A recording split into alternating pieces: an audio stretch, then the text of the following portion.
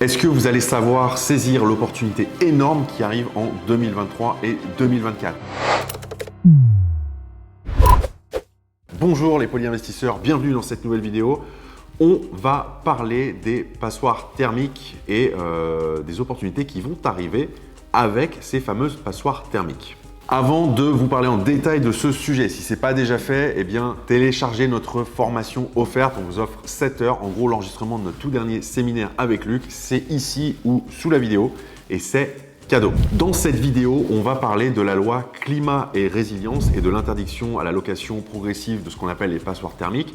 Cette loi qui impose de lourdes contraintes aux propriétaires de biens en investissement locatif. Et la plus grosse des contraintes étant l'interdiction de louer les logements les plus énergivores qu'on va qualifier de passoires thermiques progressivement au fil du temps. Et pour comprendre ce qu'est une passoire thermique, eh bien, on va commencer par expliquer ce qu'est le DPE. Vous avez certainement déjà entendu parler donc, du DPE. Pour les novices, le DPE, c'est le diagnostic de performance énergétique. C'est un diagnostic qui est obligatoire quand vous faites une mise en vente ou une mise en location d'un bien immobilier. Exception faite au moment où je tourne cette vidéo, et je précise parce que ça peut changer rapidement, des biens qui ne sont pas destinés à de l'habitation, donc typiquement de la location courte durée. Donc le DPE, c'est quoi? C'est un diagnostic qui est réalisé par un expert indépendant et qui va mesurer la performance énergétique d'un logement.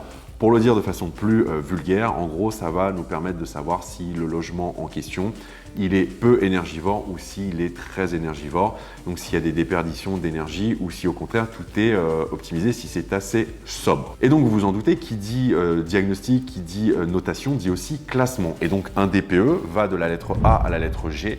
A, c'est le logement le plus économe en énergie et G, c'est le logement le plus énergivore. Pourquoi est-ce que je vous parle de ça? Eh bien parce que c'est précisément ce DPE qui va définir les logements qui vont progressivement être interdits à la location en France. Et donc, il y a un calendrier qui a été mis en place par le gouvernement. Au 1er janvier 2023, ce sont les logements classés G qui consomment plus de 450 kW par mètre carré et par an qui sont interdits à la location. Au 1er janvier 2025, tous les logements classés G. 1er janvier 2028, tous les logements classés F. Et enfin, au 1er janvier 2034, tous les logements qui ont la notation E au DPE. Résultat des courses, vous avez de nombreux propriétaires qui revendent leur logement parce qu'ils ne veulent pas ou ils ne peuvent pas faire les travaux tout simplement. Et dans le même temps, et c'est ça qui nous intéresse aujourd'hui, il y a une belle opportunité, on est en période de crise et de récession. Et donc, il y a beaucoup de personnes qui ont peur de se lancer dans un investissement immobilier, donc statu quo. Alors que déjà, qu'en temps normal, acheter un logement avec des travaux, ça élimine beaucoup de monde parce que la plupart des gens sont comme ça quand il s'agit de faire des travaux, et bien là, clairement, on va se le dire, la concurrence, elle devient quasiment nulle. Et tout de suite, là, maintenant, il y a 140 000 opportunités parce qu'on estime qu'il y a 140 000 logements qui vont être interdits à la location au 1er janvier 2023. Et donc, vous comprenez bien que d'un côté, des propriétaires qui veulent vendre et de l'autre, des investisseurs qui sont frileux, eh bien, c'est l'occasion rêvée pour négocier de belles remises. D'autant plus qu'il y a une baisse des prix dans l'immobilier qui est enclenchée, on commence à le voir. Même si au moment où je tourne cette vidéo, il y a encore de nombreux propriétaires qui ne l'ont pas intégré, qui refusent de l'admettre, mais la baisse des prix, elle est belle et bien enclenchée. On va faire juste un tout petit parallèle avec la crise de 2008, mais qu'est-ce qui s'est passé en 2008 avec la crise des subprimes, même si le contexte était un petit peu différent.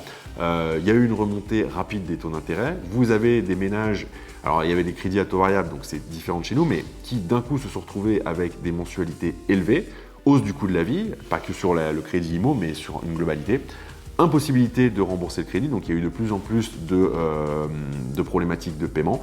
Et donc, les maisons ont été vendues, les maisons hypothéquées ont été vendues, ce qui a pris cassé souvent, ce qui a accéléré la baisse des prix, etc., etc. Et qu'est-ce qui se passe au moment où je tourne cette vidéo en France? Eh bien, les taux d'intérêt remontent, l'inflation est de retour et la baisse des prix est enclenchée.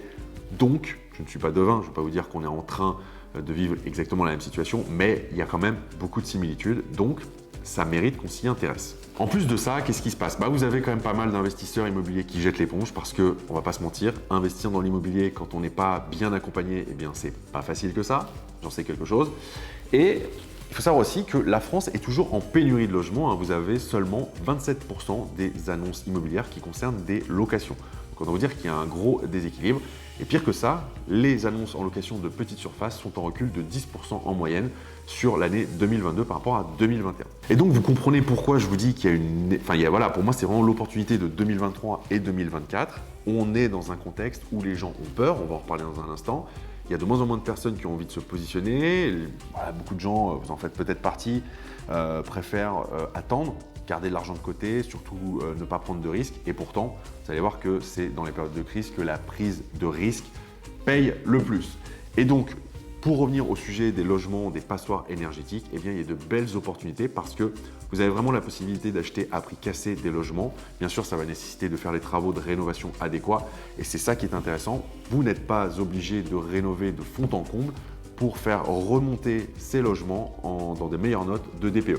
Ce qu'il faut, c'est être malin et cibler les travaux qui vous permettent d'améliorer le DPE, c'est-à-dire la toiture, l'isolation des murs, les fenêtres et le chauffage. Installer de quoi ventiler le logement. Il faut savoir qu'un logement qui est mal ventilé, c'est 20% d'une mauvaise performance énergétique, 20% d'une déperdition.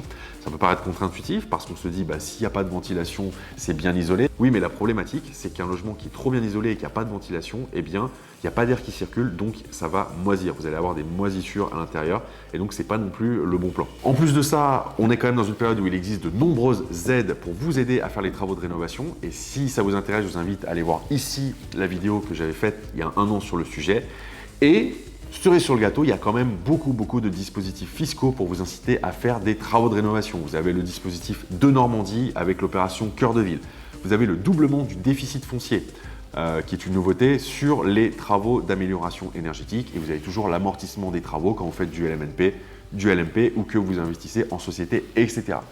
En conclusion ou quasi-conclusion de cette vidéo, n'oubliez pas ce que disait Buffett, soyez craintif quand tout le monde est euphorique et soyez euphorique quand tout le monde a peur et c'est précisément maintenant que tout le monde a peur, donc c'est maintenant qu'il faut vous positionner parce que c'est maintenant que vous allez faire des affaires en or. Et donc pour terminer cette fois, il y a une chose que j'aimerais que vous gardiez à l'esprit quand il s'agit d'investir dans l'immobilier et c'est ce que je fais quand je sélectionne un bien, acheter les biens immobiliers dont personne ne veut pour les transformer en les biens immobiliers que tout le monde va s'arracher.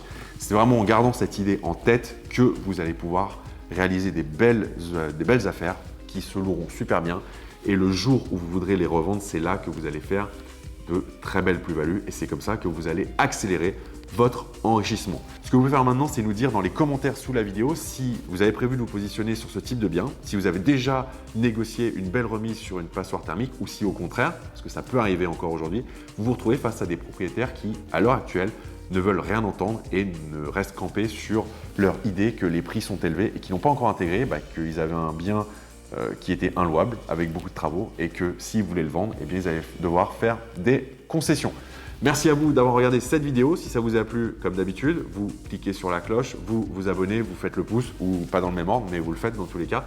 Comme ça, vous serez prévenu dès qu'on publiera une nouvelle vidéo, que ce soit Luc, moi ou nous deux en même temps. Et quant à moi, je vous dis merci d'avoir regardé cette vidéo jusqu'au bout et à très bientôt pour une prochaine. Ciao!